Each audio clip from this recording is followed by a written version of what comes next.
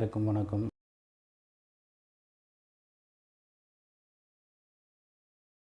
இந்த காணொளியில் நம்ம என்ன பார்க்க போகிறோம்னு பார்த்தீங்கன்னா, இப்போ வந்து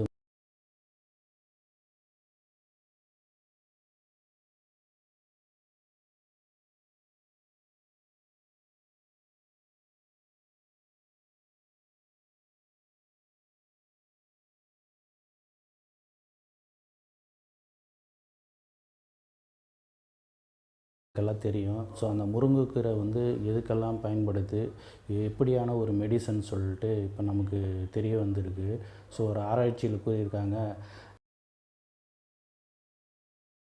நிறைய பேர் இப்போ வந்து பார்த்திங்கனாக்கா இந்த ஃபாஸ்ட் ஃபுட்டு சாப்பிட்றாங்க. ஜங்க் ஃபுட்டாக அது மாறி வயிற்றில் வந்து நிறைய கோளாறுகள் ஏற்படுது. ஸோ அந்த கோளாறுகள்னால அவங்க வயிற்றில் ஏற்படுற பிரச்சனைகள் எல்லாம் தீர்க்கிறதா ஒரு மருந்தாக சொல்லியிருக்காங்க. ஸோ என்ன பண்ணணும்னா, நம்ம முருங்கைக்கீரையை எடுத்துகிட்டு வந்து ஒரு வெள்ளை துணியில், வெள்ளை துணியில் அதை வந்து உலர்ந்த மாதிரி ஆக்கிட்டு, அதுக்கப்புறம் வெயிலில்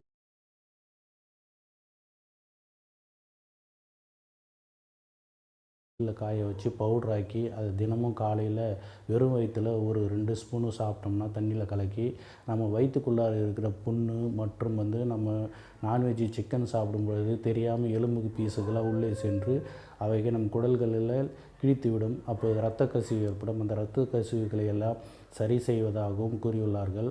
மற்றும் இவற்றை முருங்கைக்கீரையை சாப்பிடுவதால்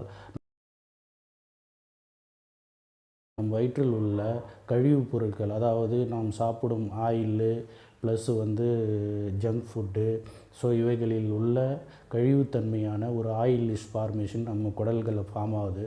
ஸோ அந்த குடலில் இருக்கிற அந்த கழிவுகள் எல்லாத்தையும் நம்மளோட மலத்தின்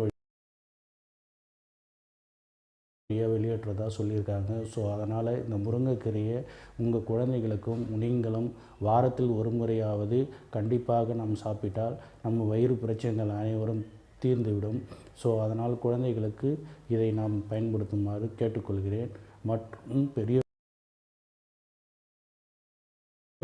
இதை வாரத்தில் ஒரு முறை உண்டால் உங்கள் வயிற்று பிரச்சனைகள் தீர்ந்து நீங்கள் நன்றாக சாப்பிடுவீர்கள்.